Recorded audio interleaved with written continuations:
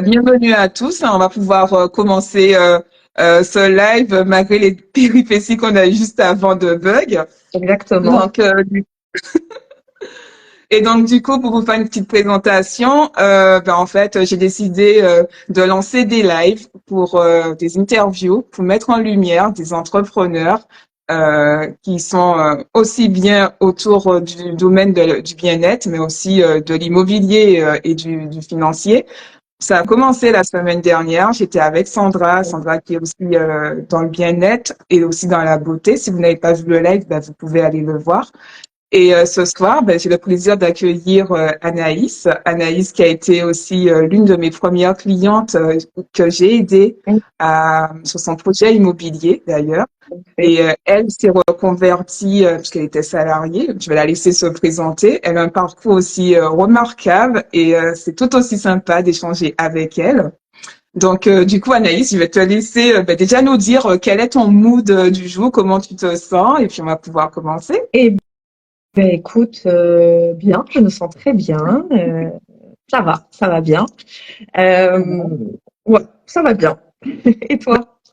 Écoute, nickel, hein. Écoute, malgré les bugs, on reste dans la joie, quoi. Enfin, c'est des aléas, mais bon, je suis quand même toute heureuse d'être parmi vous ce soir pour ce live et aussi avec toi, Anaïs. Donc, c'est tout à fait sympa. Du coup, je vais te laisser te présenter et nous parler un peu de ton aventure, ton parcours entrepreneurial. Est-ce que tu peux nous en dire plus? Ouais, tout à fait. Alors, du coup, je m'appelle Anaïs pour les personnes que je ne connais pas. J'ai le compte Anaïs Restier Hypnose. Avant d'en arriver à l'hypnose, mon parcours a été d'être fonctionnaire de l'État. J'étais professeure des écoles pendant 11 ans et et j'ai glissé petit à petit dans le bien-être parce que je me suis beaucoup renseignée par rapport à mes élèves sur le yoga, sur la méditation, sur tout ce qui va, enfin voilà, tout ce qui pouvait les aider à se sentir mieux. Euh, et petit à petit, moi, ça m'a amené dans le développement personnel. J'ai apprécié plusieurs outils. J'ai fait appel à plusieurs outils aussi dans mon cheminement personnel. Et, euh, et voilà, il y a plusieurs outils qui ont attiré mon attention. Ouais.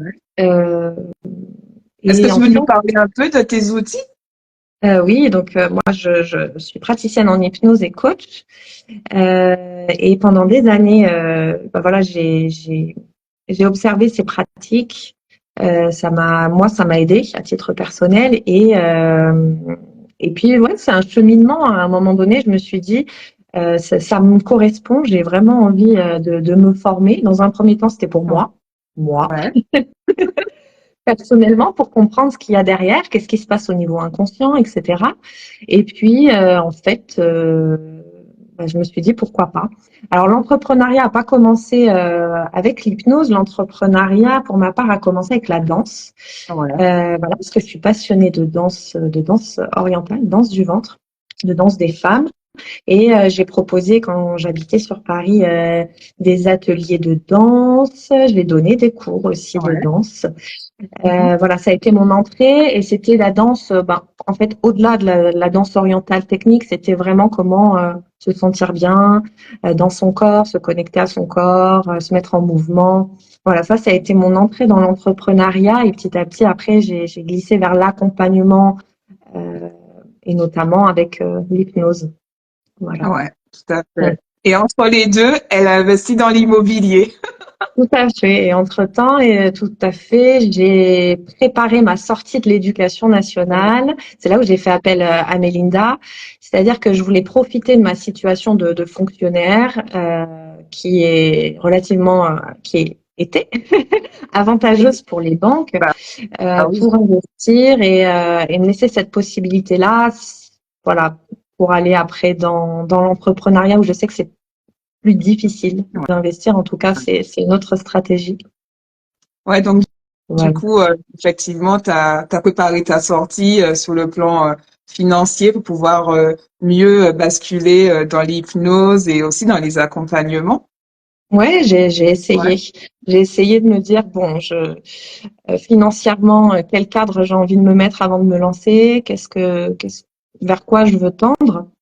Et Ouais. puis après, voilà, ça a été un cheminement aussi l'année dernière de demander une rupture conventionnelle, Mhm. de solidifier mon projet parce que on quitte pas l'État comme on le souhaite. C'est pas je m'en vais. Ouais, c'est sûr. Euh, donc voilà, ça m'a demandé aussi de réfléchir à mon projet pour qu'on me laisse partir et que ce soit suffisamment porteur pour eux, pour qu'ils me disent OK, Ouais. Tout en on vous laisse partir. sachant que ouais, excuse-moi, ouais, donc je te disais, tout en sachant que l'éducation nationale, bah, c'est pas facile de demander une rupture conventionnelle. Donc, toi, t'as quand même persévéré pour Oui, pouvoir bah, l'obtenir. oui, toi-même tu sais que ça a été compliqué, mais j'ai persévéré, comme quoi ça peut payer. C'est difficile Ouais. de quitter l'éducation nationale et notamment quand on est dans certains secteurs et en Île-de-France et à Créteil en particulier, parce que Ouais. voilà c'est une zone un peu sinistrée au niveau de l'éducation. Ils sont déficitaires, donc ils laissent pas partir comme ça, même au-delà de la rupture conventionnelle, même pour la démission. Donc, ça a été un challenge, le challenge de l'année dernière, quoi. Ah oui, c'était vraiment un sacré challenge. Donc, ça demande vraiment du mindset en plus, hein. Oui, oui, bah, Ouais. je l'avais par rapport à l'immobilier aussi. On avait pas mal bossé. Ouais. Ouais. Je pense que j'ai aussi ce tempérament-là.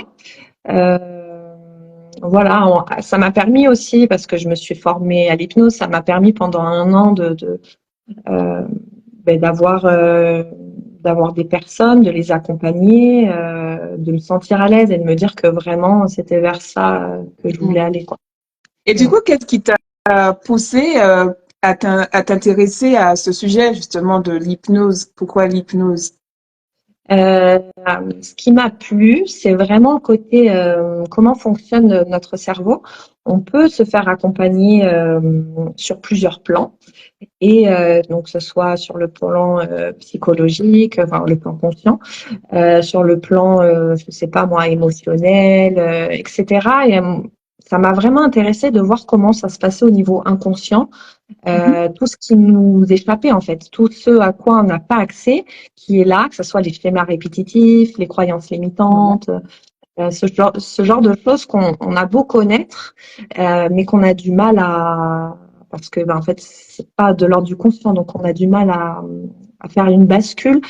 Tout ce qui va être émotion coincée, dont on n'a pas forcément connaissance aussi. Ouais. En fait, c'est aller en profondeur. Je crois que c'est ça dans mon tempérament. J'aime bien aller en Cherchant profondeur, aller en creuser. profondeur. Ouais, Ouais, voilà. carrément. Et puis cette possibilité aussi de reprogrammer, parce que c'est ça en fait, l'inconscient, c'est comme un ordinateur. En fait, quand on achète un ordinateur, on garde pas euh, je sais La pas, base de données. voilà, on la Ouais. garde pas constamment pareil, figée. Et en fait, c'est pareil pour l'inconscient. Il y a une question de réactualisation, de pouvoir s'installer de nouvelles Ouais, possibilités. Et tout à ça, fait. j'ai trouvé ça super intéressant. Et puis, il y avait aussi un parallèle avec mon métier d'enseignante. Dans l'hypnose que je propose, c'est une hypnose qui est douce, qui raconte des histoires. Bah, toi-même, tu pourras en parler, Bah oui, qui c'est raconte. vrai. J'ai fait une séance Ouais, en fait. tout Ouais, à fait. Et c'est voilà, je vraiment ça. raconte des histoires comme je pouvais le faire aussi avec mes élèves. Il y a aussi une question de qu'est-ce que la personne a besoin de déconstruire, vers où je peux aller chercher, un peu comme je pouvais le faire avec mes élèves. Pourquoi il n'a pas compris, qu'est-ce que je peux Ouais. mettre en place, comment je peux l'amener. Voilà, il y a vraiment un parallèle, j'ai trouvé dans cette pratique et dans dans ce que j'aime en fait au sens large. Ouais, et puis j'ai même envie de dire, c'est un prolongement un peu de ce que tu faisais déjà en étant enseignante, puisqu'en fait, tu es encore dans cette transmission. Et en plus, tu travailles avec des enfants, tu racontais des histoires. Et puis, l'hypnose, c'est un peu ça. Enfin, la forme d'hypnose, en tout cas, que tu utilises, Mm. c'est, pour le coup, c'est ça, en fait. C'est vraiment raconter cette histoire. Et en plus, c'est de manière douce. C'est vraiment agréable. Oui, oui, il y a le côté métaphorique, symbolique que j'aime bien. Tu vois, j'ai fait des études de lettres et j'aimais beaucoup aller chercher. Il y a telle métaphore, il y a telle chose. Pourquoi est-ce que c'est écrit comme ça? Qu'est-ce que ça vient dire? Et c'est vrai que je le retrouve aussi dans cette pratique de l'hypnose, aller chercher Ouais, un peu tout plus à loin. fait. Mm. Bon, bah, c'est cool. Je vois qu'il y a du monde qui nous ont rejoints. Donc, bienvenue Ibrahima, il y a aussi Gérard, Désiré, il y a Desmas, Blanchard, Camille, Ibrahima. Donc, bienvenue à vous. Il y a aussi Tilak, Samram. Donc, bienvenue parmi nous. Donc, on va poursuivre. Du coup, Anaïs, elle est en train de nous raconter un peu son parcours entrepreneurial et qu'est-ce qui l'a poussé justement à choisir le domaine de l'hypnose, tout en sachant que juste avant, elle a commencé son entrée dans l'entrepreneuriat, c'était à travers la danse. Il y a eu aussi de l'immobilier. Donc, c'est super intéressant comme parcours. Et est-ce que tu peux nous parler maintenant des croyances limitantes que tu avais avant de commencer, avant de débuter? Avant de débuter l'entrepreneuriat, Ouais, alors complètement, ouais. je dirais que j'avais plusieurs croyances, des croyances limitantes et des croyances aidantes. Les croyances limitantes que j'avais, c'était est-ce que financièrement, en fait, c'était une question de sécurité et de financier. Mhm. Voilà, je pense que c'était clairement ça parce que passer de fonctionnaire de l'État, c'est-à-dire, Ouais, je pense, un des jobs les plus sécurisants complètement. dans notre fonctionnement, dans notre société, à de l'entrepreneuriat, c'est vraiment un gros switch. Donc c'était ça. Et puis je pense que mon entourage, je me rappelais aussi ça. Waouh, tu vas quitter le fait d'être Ouais, fonctionnaire pour de l'entrepreneuriat. Oui, oui. Et complètement, ouais. après, je n'avais pas forcément d'autres croyances limitantes, mais j'avais des croyances aidantes, comme quoi il y avait plus de liberté pour moi, et c'était moi qui pouvais me fixer le cadre, parce qu'être fonctionnaire, c'était chouette parce qu'il y avait un cadre sécuritaire et financier, mais le cadre, il était très étouffant pour moi parce que imposé et avec pas de marge de manœuvre. C'est-à-dire, on vous dit bon, il y a beaucoup de vacances, hein, je Ouais, sais, bah mais oui. on vous les impose, on vous dit quel jour venir, de quelle heure à quelle heure, quoi faire comme évaluation, enfin voilà, les évaluations nationales, quelles réunions, on n'a pas le choix des thèmes. En fait, beaucoup de choses sont imposées et j'y voyais dans l'entrepreneuriat aussi plus de liberté, un cadre plus souple que euh, voilà, que plus de liberté. Après, c'est la liberté qu'on se donne aussi, c'est le cadre qu'on se met aussi. Ça, j'en ai conscience. Mais en tout cas, c'était des croyances aidantes qui m'ont aidé aussi à passer le pas. Ouais, mais c'est souvent ça qui revient en fait. Mm. On voit l'entrepreneuriat comme quelque chose de pas sécuritaire et en plus, si tu étais fonctionnaire et que tu bascules vers l'entrepreneuriat, effectivement, c'est souvent ça qui revient, ce côté un peu pas sécurité et en plus il y a l'aspect financier parce qu'on va se demander est-ce qu'on va pouvoir en vivre au final Mm. de cette activité. Tout à Et fait. donc, c'est intéressant d'avoir aussi ton retour. Et c'est vrai que c'est quelque chose qui revient souvent parmi les Mm. croyances limitantes. Et après, concernant ce qu'on recherche tous, hein, je pense que c'est aussi une forme de liberté et puis être son propre patron et se fixer nous-mêmes notre cadre. Donc, Ouais. Je sais pas si on recherche tous parce que tu vois, en échangeant aussi avec certaines personnes de ouais, mon entourage, pour elles, leur liberté, c'est d'avoir un salaire à telle date sans avoir à s'en préoccuper. Et je pense qu'on voit tous la liberté différemment, pour un le peu coup. différemment, ouais. Ouais. Donc quand on est entrepreneur, on le voit sur ce point-là, mais il y a des personnes pour qui il y a une certaine forme de liberté aussi à aller dans le salariat, parce qu'il y a pas à réfléchir à voilà, le salaire il est tel à la fin du mois et j'ai pas besoin de m'en préoccuper, je peux me préoccuper principalement des tâches qui m'incombent. Euh, Oui, carrément. C'est un côté sécuritaire aussi d'avoir un salaire qui tombe tous les mois, tout en fait. à Ouais, fait, tout à fait. Pour certains, c'est vraiment une liberté aussi de se dire ouais. je peux penser à autre chose. Parce que c'est vrai que quand on est entrepreneur, on pense aussi à ça. Bon, à la fin du mois, qu'est-ce qu'il va y avoir, combien j'ai perçu.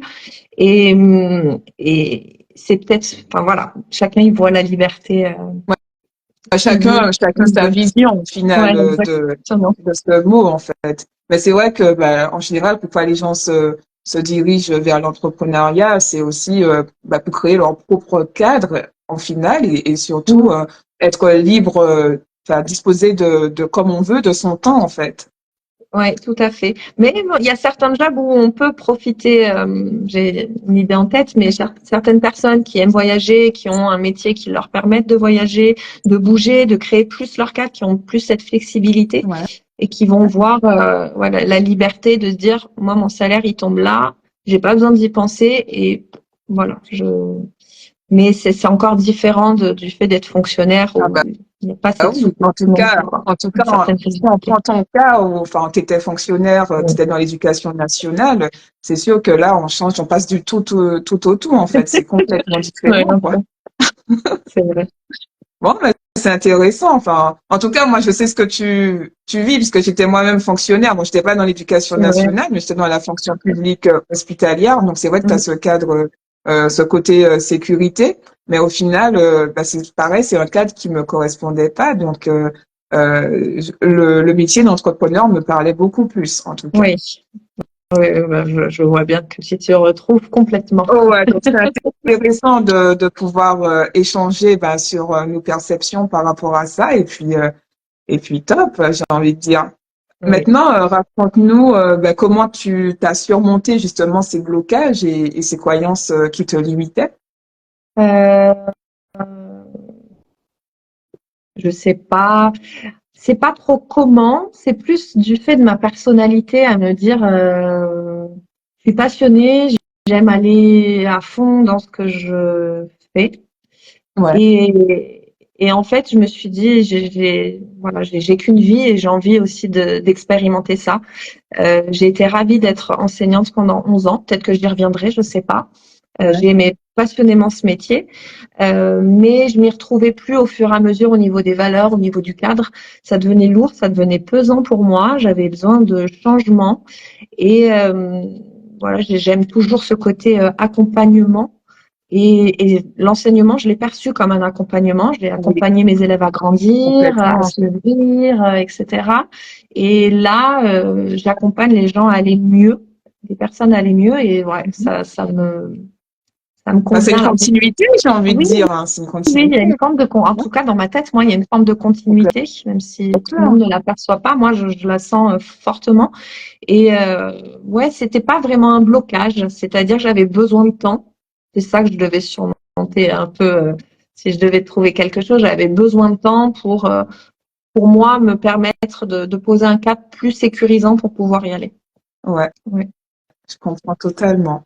Alors, je vois qu'il y a Audrey qui dit, c'est vrai que c'est un vrai changement du coup. Désiré qui dit, c'est la liberté de créer qui reste un moteur. Donc là, c'est par rapport à l'entrepreneuriat et puis le fait de passer de fonctionnaire à entrepreneur. Donc, en tout cas, merci pour vos partages et vos retours. Et maintenant, dis-nous, Anaïs, quels sont tes prochains défis, tes prochains challenges dans l'entrepreneuriat? Alors, ben, il y en a plein, vu que je viens de commencer à 100% en tout cas. Ouais, Voilà. Je dirais communiquer sur mon activité parce que je m'aperçois que ben, c'est pas forcément lisible. En fait, les personnes associent l'hypnose souvent à l'hypnose de spectacle, oui. ne pensent pas forcément à cette pratique-là pour aller mieux, se tournent vraiment en dernier recours ou se dit c'est juste pour arrêter de fumer alors qu'il y a vraiment un champ infini de possibilités. Ouais. Mhm. Donc voilà, communiquer sur ma pratique et sur ce que moi je fais, qui je suis, et sortir certains programmes d'accompagnement que j'ai en tête. Voilà, bon, il faut un peu de temps encore, Ah, mais ok. ouais, Donc, ça va sortir très prochainement, alors. oui, il y a des chances. Voilà, ça c'est sur du court terme. Le plus long terme, c'est D'accord. vraiment communiquer. Ok.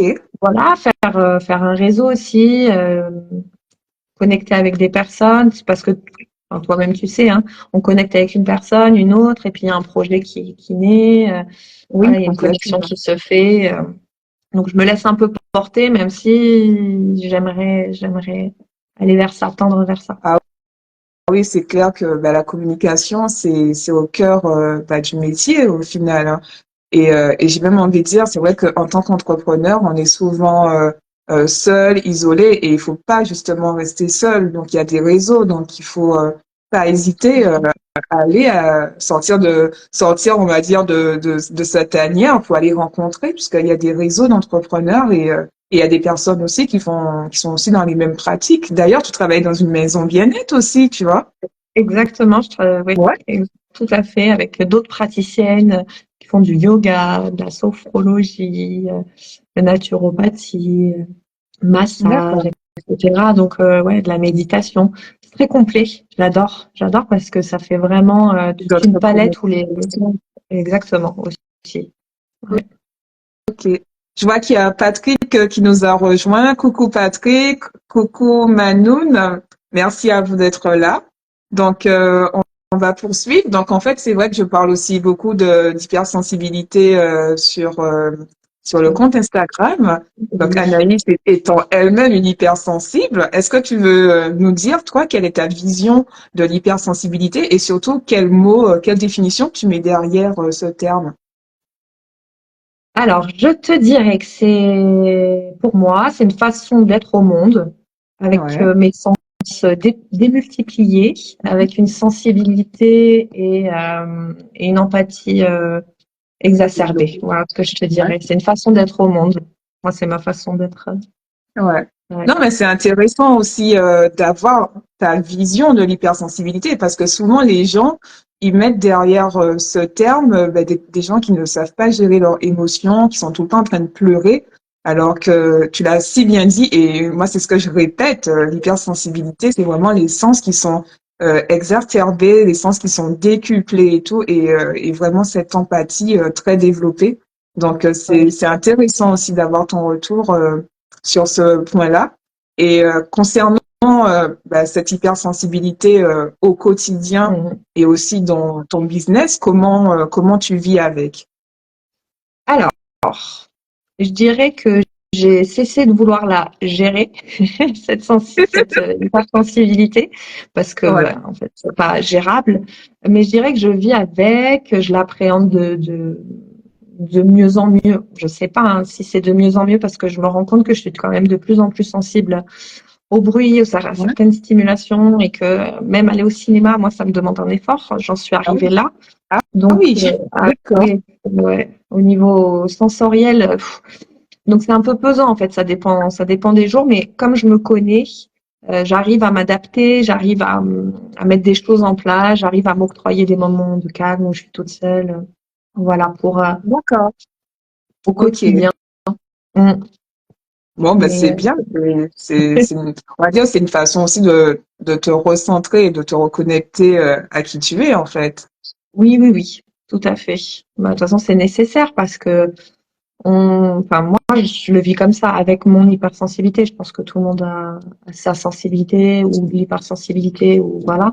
Mais je sens que il faut que ça me traverse parce que plus je vais vouloir la gérer, plus ça va être très compliqué au niveau sensoriel, émotionnel. C'est un Ouais. peu l'effet inverse, quoi. Enfin, en tout cas me concernant.